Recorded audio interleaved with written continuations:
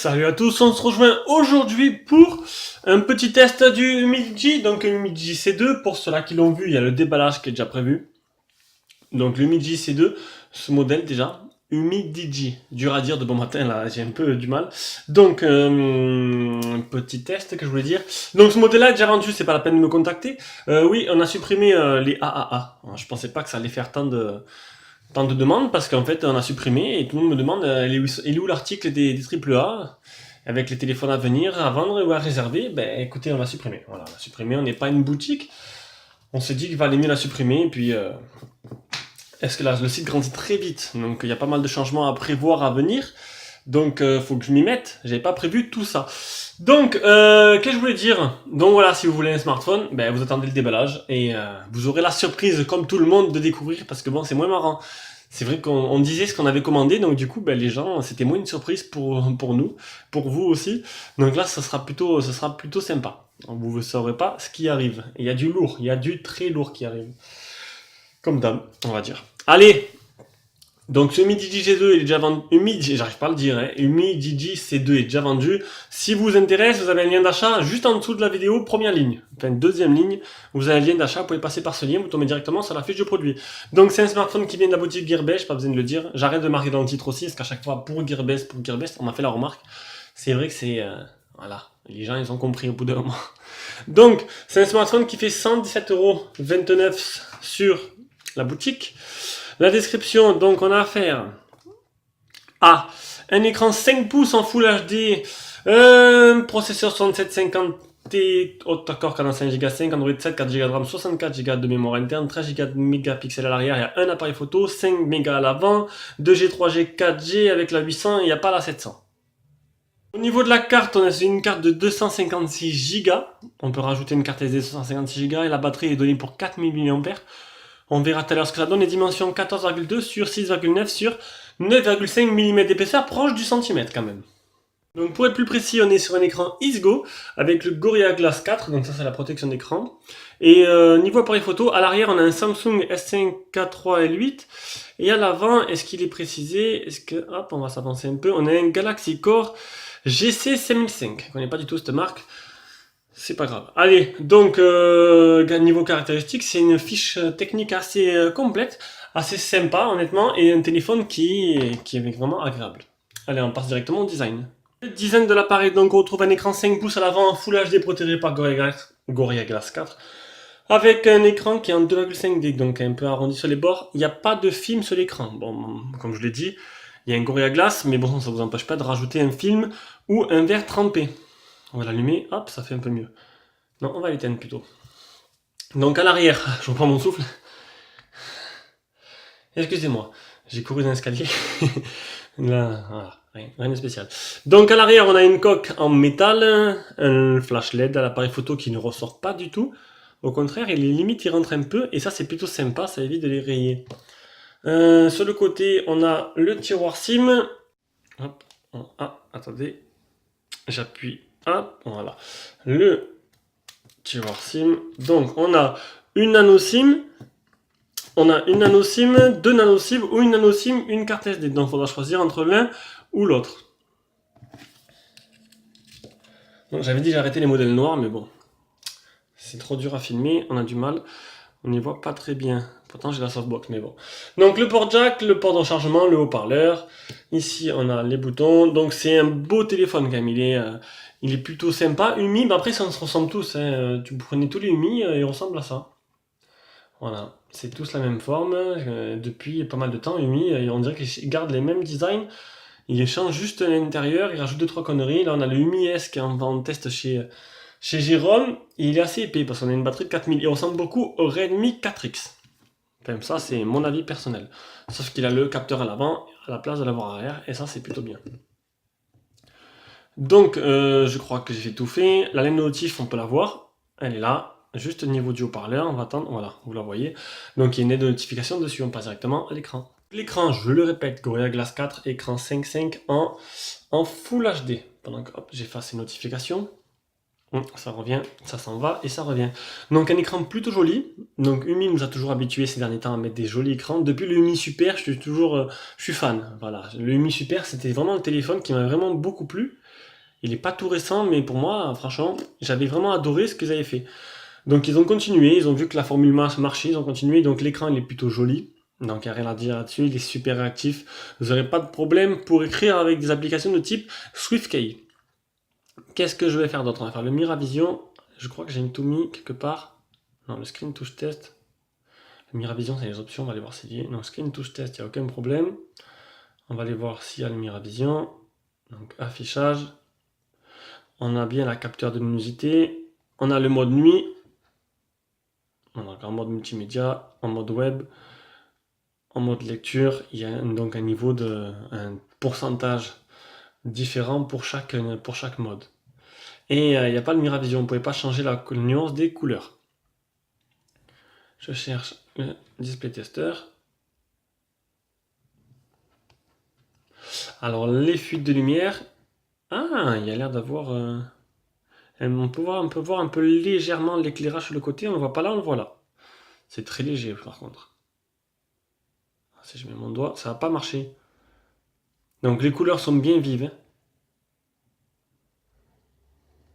Bon, il n'y a trop rien à dire sur l'écran.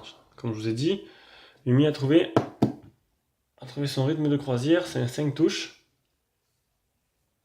Merde. Il manque les photos réelles.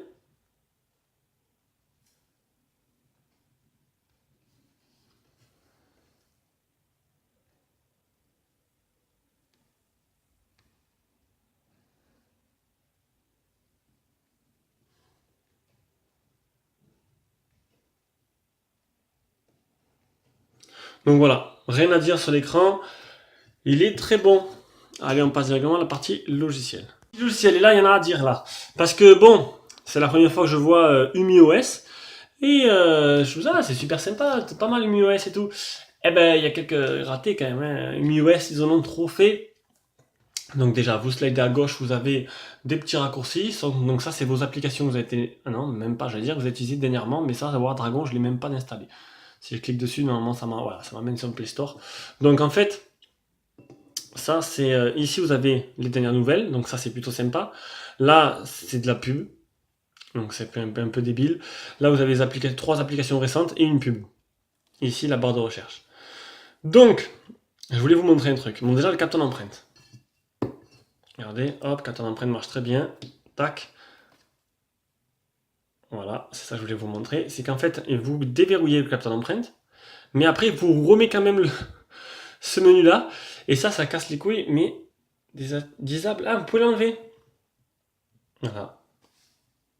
Ben, c'est mieux parce qu'en fait, c'était chiant quoi. À chaque fois, je le découvre en même temps. Ben voilà. Eh ben non, il revient. Et en fait, il y a une pub là. Et ici, pareil, ça amène des pubs aussi. Donc c'est vraiment chiant. Pourquoi avoir fait ça? J'en sais rien. Pourtant, j'ai disable locker turn off. Putain, je suis vraiment. Je me rends compte, bon, je me rends compte pendant le test, c'est bête. Ah non, il revient, c'est un truc de fou. Hein. Il veut pas.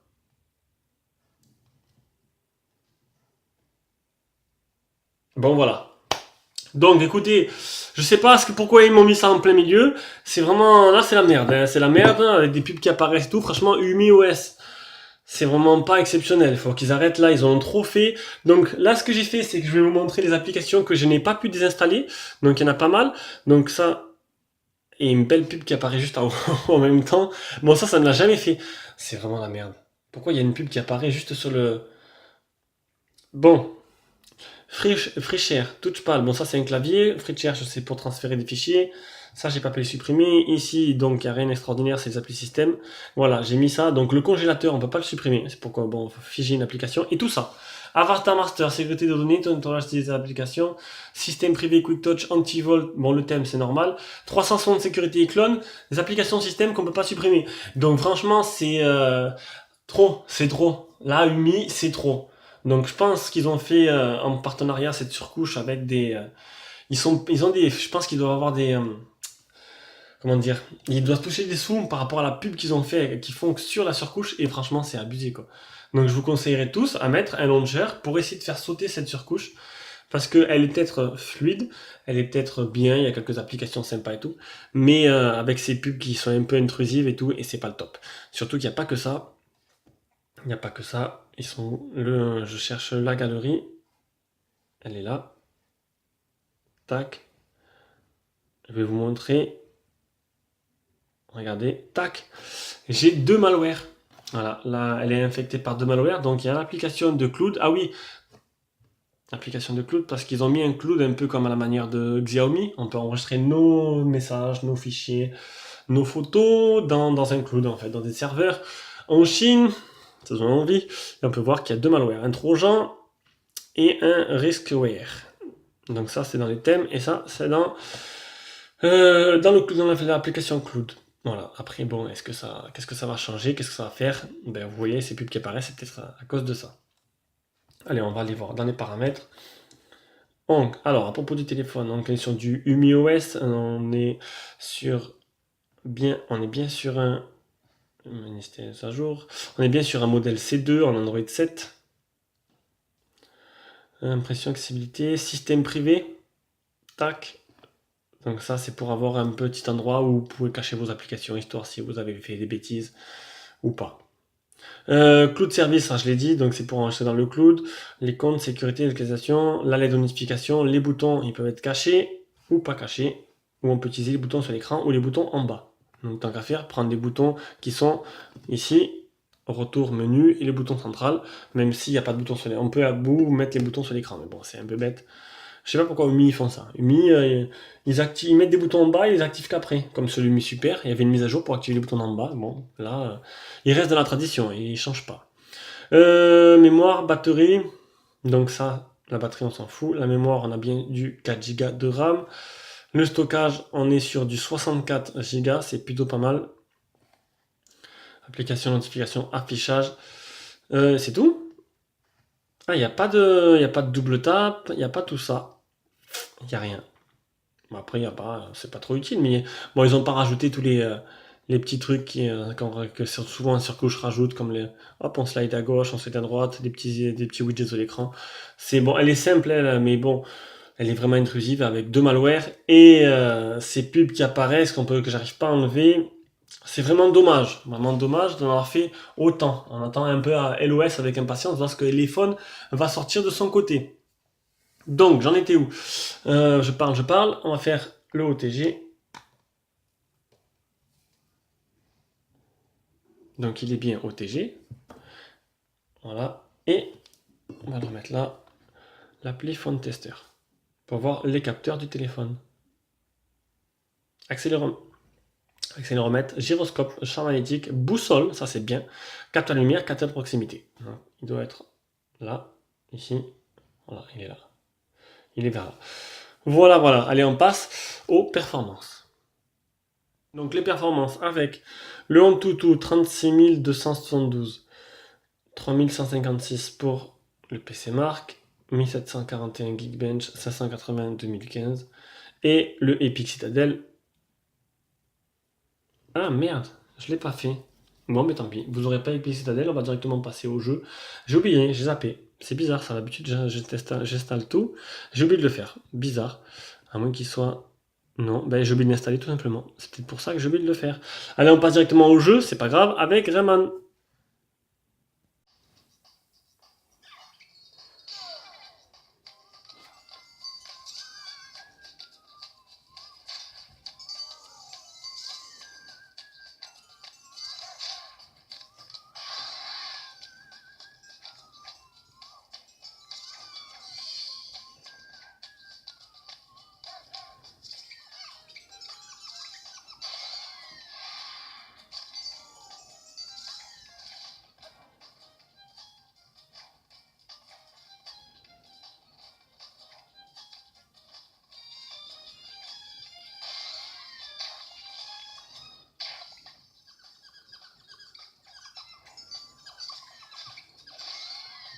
Donc, on peut voir que le jeu tourne très bien, donc on va directement passer à Real Racing 3.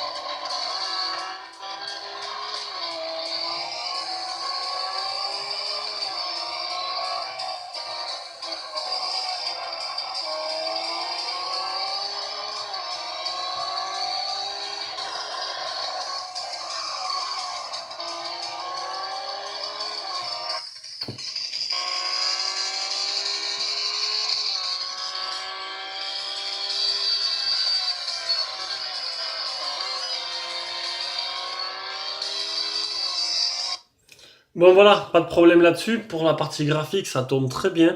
On passe directement à l'appareil photo. Le logiciel photo qui est toujours le même chez Mi, donc on est en slide à gauche, on a vidéo, photo, beauté, fast cut.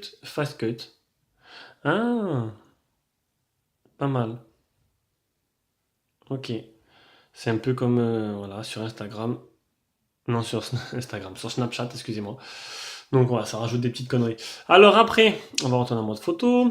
Le flash, s'activer automatique. On va le mettre en auto parce qu'il me manque la photo de nuit. Le HDR, automatique.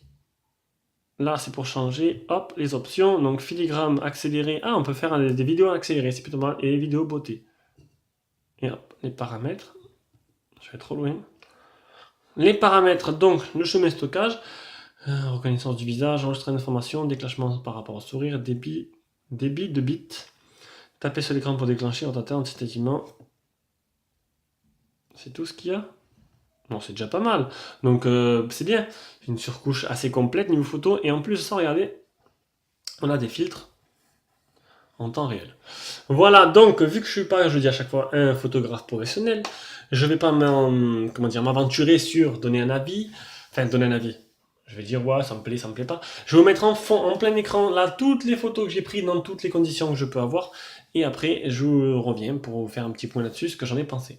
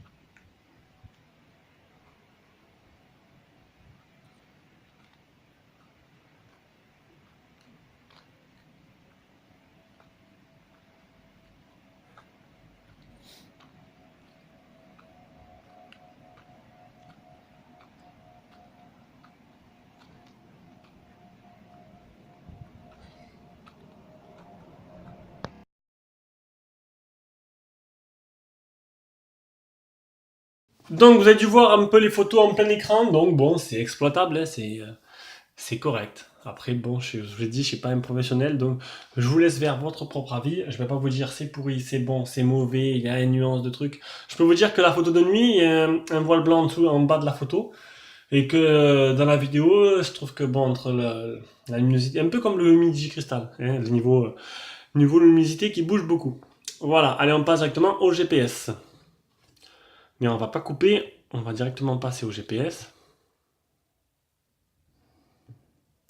Il est là, le GPS marche très bien, donc 18 satellites trouvés, 16 fixés, 3 mètres de marge. Donc nickel, il n'y a pas eu de problème là-dessus, c'était très très bon score. On va passer à la partie audio et vidéo, donc la qualité de communication elle est bonne, il n'y a pas de souci là-dessus. On entend très bien, on va faire maintenant une petite vidéo YouTube.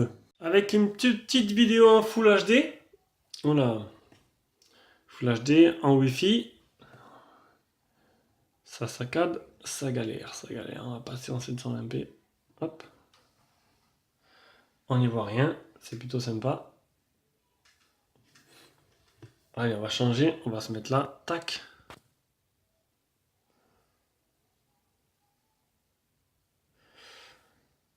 Bon, bah écoutez, le débit n'est pas extraordinaire chez moi. Donc vous l'aurez compris, l'écran est plutôt correct, hein, on l'avait déjà vu tout à l'heure. On va passer directement à la partie son.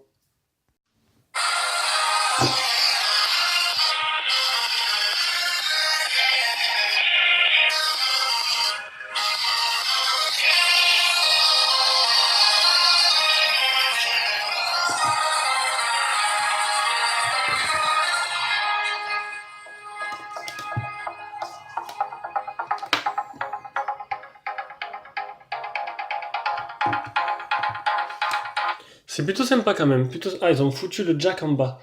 Ça, je déteste. Je ne comprends pas. Moi, je vais faire le jack en haut. Du coup, je me retrouve emmerdé. Hop.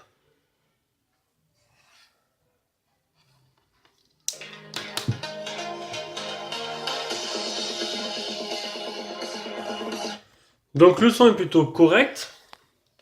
Et le jack en bas, ça me plaît pas, mais bon. Après, bon, c'est au goût de chacun. C'est pas non plus un gros défaut, mais bon, c'est vrai que c'est pas pratique du tout. On en est au réseau, donc qualité du Wi-Fi. Donc là, je suis à 3 bars sur 4. C'est dans la moyenne de tous les tests que je fais. Donc c'est plus dans la moyenne haute, j'allais dire. Donc bande 3G, 4G, toute bande française, sauf la 700, mais ça c'est pas très grave, c'est très rare la 700 en ce moment, hein. Sur les Chinois, elle est presque jamais. Il y a 5, peut-être 2% des smartphones qui l'ont, c'est très très très rare. On va faire l'autonomie. Donc l'autonomie, une batterie qui est donnée pour 4000 mAh, je l'ai mesurée à... Elle est où? Là. Mesurée à 3940, donc très bien, à 60 ampères près, à 60 mAh près, vous voyez bien que mon boîtier, il est vraiment pas mal, il est précis, et ça vous donne vraiment une autonomie plutôt correcte. Donc 3940, c'est exactement ce qui a été annoncé par UMI. Niveau capacité de la batterie en utilisation normale sur une journée type, elle est donc déjà, le PC Mark, il est à 6h30, 6h50, c'est plutôt bien. En utilisation normale, donc j'ai utilisé 50% en 12h48. Voilà. Donc une journée, la moitié de la batterie, donc il vous fera 2 jours. Et encore, si vous arrivez, vous pouvez peut-être utiliser 3 jours. Si en cas vraiment vous n'êtes pas un gros utilisateur de smartphone. Bon, faites pas attention à l'écran, je ne l'ai pas allumé 10 heures l'écran, hein. Je suis pas resté 9 heures sur 12 avec l'écran allumé. C'est juste que PC Mark, des fois il pète les plombs suivant les téléphones. Voilà, donc c'est fini. Donc c'était le test du UMI JC2 qui, ma foi, bon, il m'a bien plu. Ça m'a beaucoup fait penser au Redmi 4X. Mais bon, si j'ai à choisir, je prends un Redmi 4X, même si le Redmi 4X il est un peu moins puissant, il a un peu moins de RAM. La surcouche UMI, je sais pas, trop intrusive, de malware, des pubs qui apparaissent. C'est dommage, en espérant que avec les mises à jour, ça va s'améliorer. Mais bon, sinon, smartphone, il est pas mal du tout. Voilà. Donc vous avez eu le C2 Note, vous avez maintenant le C2. Et voilà, donc prochaine vidéo, ce sera demain matin. Je dois faire le Doogee X20 qui est là, voilà, que j'utilise depuis 2 jours comme téléphone principal. Donc demain matin, je ferai le Doogee X20 parce qu'en fait, je dois le vendre en urgence à un ami à moi qui en a vraiment besoin. Voilà, allez, bisous à tous, j'espère que cette vidéo vous a plu comme d'habitude. Et on se rejoint pour la prochaine.